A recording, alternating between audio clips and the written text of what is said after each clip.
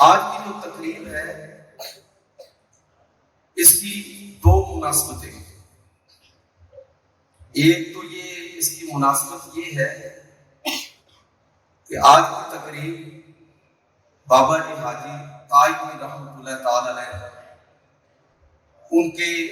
ختم پاک کی سالانہ ختم پاک کی مناسبت سے ان کے اصالہ ثواب کے لیے، اور اکثر احباب جانتے ہیں وہ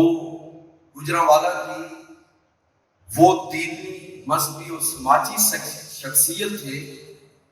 کہ صحیح معنوں میں اگر کسی آدمی نے یہ دیکھنا ہو کہ آج کے دور میں دین کی دعوت اور تبلیغ کا اسلوب کیا ہونا چاہیے، دعوت اور تبلیغ کا دائرہ کیا ہونا چاہیے،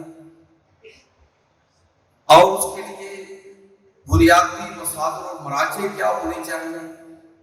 اس کے لیے ماحول کس طرح کا ہونا چاہیے، تو میں سمجھتا ہوں کہ ایک بڑی کاروباری شخصیت ہونے کے باوجود مذہبی پس منظر میں بڑی ویژنری شخصیت ہے حاجی تاج رحمۃ اللہ تعالیٰ ہے۔ اور میں سمجھتا ہوں کہ ان کی اولاد جو ہے وہ ان کے اسی ویژن کو لے کر آگے چل رہی ہے۔ یہ آپ کے ساتھ بالکل مسجد کے ساتھ آپ نے دیکھا ہوگا تاج اسلامک ریسرچ سینٹر جو ہے اس وقت تکمیلی مراحل میں ہے، اور اس سینٹر کا یہ محض ایک چہرہ پورا کہہ لیجیے، اس کے پس منظر میں پوری جگہ یہاں موجود ہے 2 ایکڑ کے قریب، جہاں پر انشاءاللہ تعالی حاجی تاج رحمۃ اللہ تعالی کا جو خواب تھا اس خواب کی تکمیل کے لیے ایسے ادارے کے لیے ہم کوشاں ہیں کہ جہاں بیک وقت دینی اور دنیاوی تعلیم اس کے حسین امتزاج کے ساتھ ایسے سلیبس اور ایسے کورس کی بنیاد پر نئی نسل کو کھڑا کیا جائے کہ جو ایک طرف مغرب کے چیلنجز سے بھی واقف ہو اور دوسری طرف